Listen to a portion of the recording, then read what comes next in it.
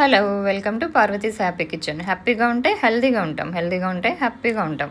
ఈరోజు మన హ్యాపీ కిచెన్లో ఎగ్ దమ్ బిర్యానీ చూద్దాం. దీనికోసం 5 గుడ్లు ఉడికించుకొని ఫ్రై చేసి పక్కన ఉంచుకుందాం. తర్వాత ఒక ప్యాన్లో ఆయిల్, నెయ్యి వేసుకొని బిర్యానీ మసాలాలు వేసుకుందాం. చెక్క, లవంగం, బిర్యానీ ఆకు వేసుకొని కొంచెం ఫ్రై అయిన తర్వాత జీడిపప్పు వేసుకుందాం.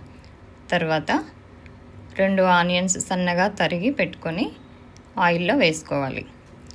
ఇవి బాగా ఫ్రై చేసుకోవాలి. ఇవి బాగా మెత్తగా అయ్యే వరకు ఫ్రై చేసుకోవాలి.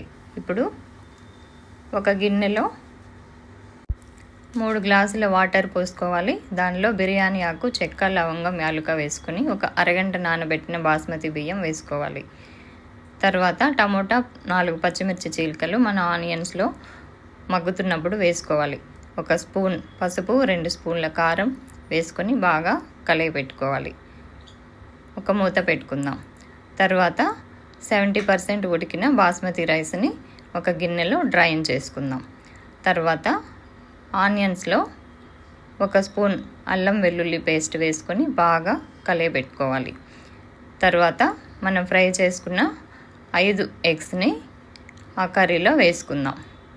ఇప్పుడు ధనియా పొడి, జీరా పొడి, బిర్యానీ మసాలా వేసుకొని, గరం మసాలా కూడా వేసుకొని కలయి పెట్టుకొని ఎగ్స్ పక్కన పెట్టుకోవాలి. తర్వాత మిగిలిన కర్రీలో కొద్దిగా పుదీనా, కొత్తిమీర వేసుకొని మనం ఉడికించి ఉప్పు వేసుకొని డ్రైన్ చేసుకున్న రైస్ని 3 లేయర్స్గా వేసుకోవాలి.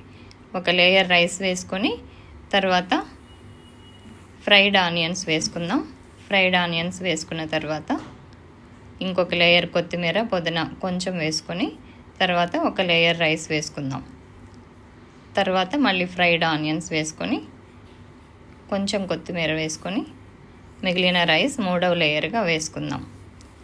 పైన మళ్ళీ కొంచెం ఫ్రైడ్ ఆనియన్స్, మనం ఉడికించి గ్రేవీ చేసుకున్న 5 ఎగ్స్ పెట్టుకొని పైన కొంచెం నిమ్మరసం పిండుకుందాం. 1 చెక్క నిమ్మరసం పిండుకొని ఒక ప్యాన్ మీద మన బిర్యానీ గిన్నె పెట్టుకొని మూత పెట్టేసి ఒక 15 నిమిషాలు అలా పెట్టుకుంటే దమ్ అవుతుంది.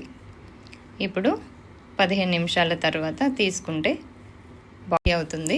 గుమగుమలాడే egg dum biryani. Enjoy your plate.